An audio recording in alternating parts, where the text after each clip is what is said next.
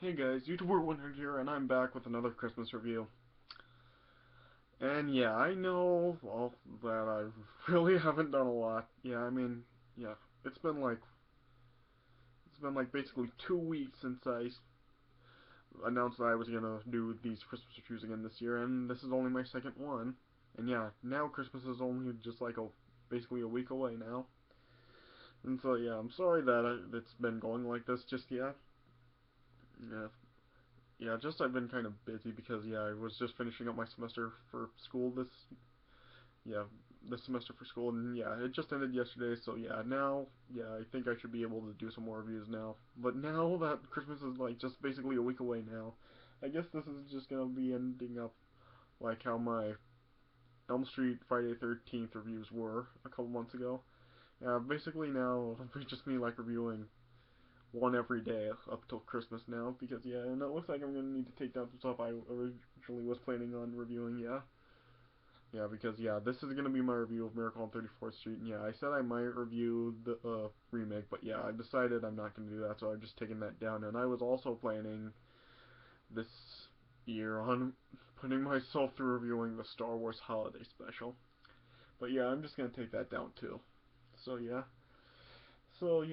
but yeah, I'm still gonna review stuff like Polar Express, Nightmare Before Christmas, and yeah, the stuff I was talking about like Batman Returns and Die Hard, and yeah, a couple of Rack and Mess Christmas special. So yeah, but yeah, that's still gonna come up. So yeah, okay. So anyway, yeah, sorry. So here's my review of Miracle on 34th Street.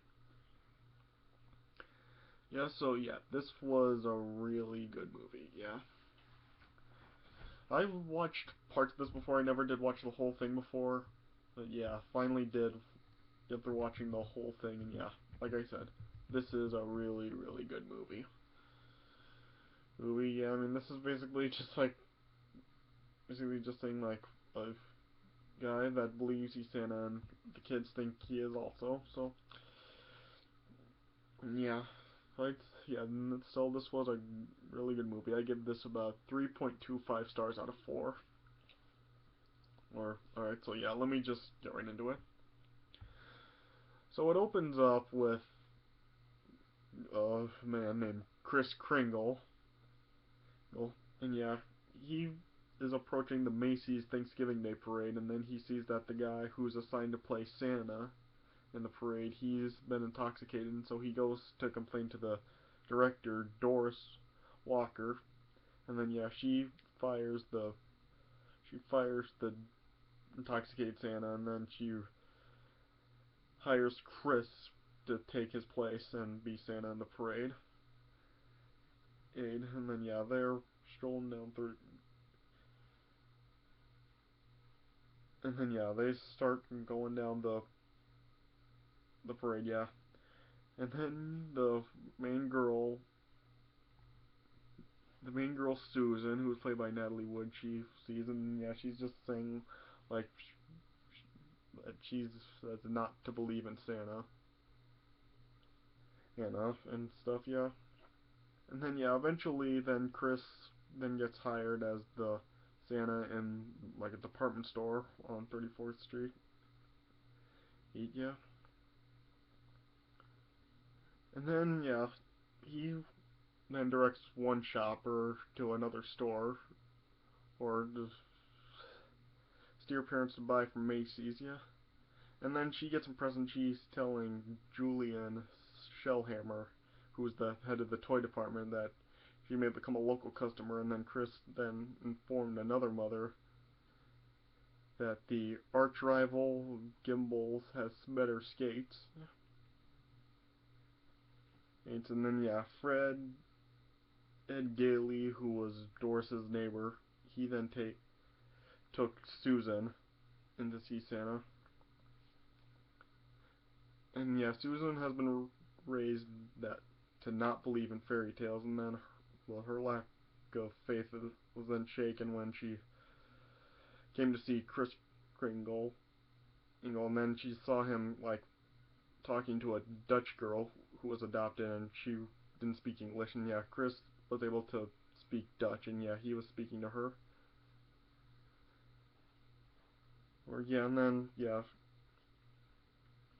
And then Susan felt that Chris was really Santa, and then Doris tried to tell Susan that he's not really Santa, but yeah, Chris was insistent that he was.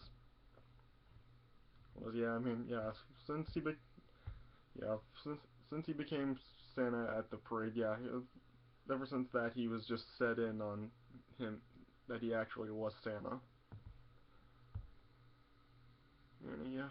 And then Doris then eventually fired him from the job because she's worried that he's delusional, he could harm someone, but he had generated a bunch of good publicity and goodwill for the Macy's. He sees that the Macy himself, yeah, he promised Doris and Julian bonuses, and then yeah, well, no, not Doris. Then Julian decided to make like a yeah, Sawyer's like a psychologist or something, and then he wanted him to give Chris a psychological evaluation, and yeah, when he did it, Chris just passed the examination with flying colors. And then he antagonized Sawyer, and he questioned his own mental health, yeah. And then the store was continuing to expand on the marketing concept, but then Gimbels, who was anxious to avoid looking greedy by comparison, he implemented the referral policy through the chain, and he forced Macy's and other stores to escalate in kind. Right. And then eventually, Chris accomplished the impossible as he reconciled Mr. Macy and Mr. Gimbel. And then later on, Pierce, who was the doctor at Chris's nursing home, he assured Doris and Julian that he's just a harmless man. And Chris tried to make a deal with Fred that he'll work on Susan's cynicism while Fred would try to do the same with Doris, yeah. And then yeah, Chris was just like he was always talking with Susan, and then yeah, at one point then, well, when Susan was in bed, she told Chris that she had a wish for her own house with a backyard and everything because they were living in an apartment and Susan wanted a house. And Chris was reluctant, but he told Susan that he promised to do his best to give Susan her wish. Yeah. And then later on, Chris learned from one of the young employees of the store, Fred, that Sawyer convinced him that he's mentally ill because of his generosity. And then Chris went to confront Sawyer and then found him intractable. And as they were talking, Sawyer asked Chris to leave, and then Chris just tapped Sawyer on the head with his cane, and then yeah, Sawyer was exaggerating and he made it seem worse than it really was, make it seem like he was really hurt, and then yeah, then Doris and Yaley eventually found him, and then yeah, he was then like in the hospital, and then yeah, he had Chris confined to the Bellevue hospital, and then yeah, Chris then like it deliberately intentionally failed the mental examination. Then he's recommended for permanent confinement. And then Fred went to go see Chris, and then yeah, he was just trying to talk some sense into him and just convince him not to give up on all the kids and what he believes. And then yeah, it eventually went to court, and there was the formal and then yeah, they were just trying to get Chris to assert that he really was Santa Claus and rest his case. And Fred started to argue that Chris wasn't insane, that he really is Santa Claus. And then yeah, And then one of the characters, Thomas Mara, or is it Mara? Yeah, Mara. He requests that the judge ruled to Santa that doesn't exist, and yeah, the yeah, and yeah, then Fred then called Mr. Macy as a witness, and then when he asked if he really believes Chris is Santa, Mr. Macy then was starting to think about what could happen if he said that he wasn't Santa Claus, and he remembered all the stuff that Chris did, and then he said that he does believe. And then when he left the stand, Macy then fired Sawyer, where yeah. And then the judge then ordered a recess, and then yeah, he was then talking in private to one of his political advisors, and then Charlie was telling him that he should believe that he is Santa, and then the judge was asking what could happen if he does say that. And yeah, Charlie was warning him that if he does it, it could be a disaster for the re-election bid. And then yeah, the judge decided to hear evidence before the ruling. He won't.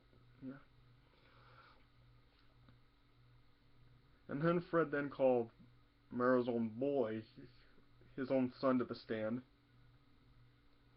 And then yeah, he was testifying that his father did tell him that Santa was in fact real. And then yeah, the judge ordered a recess till the next day.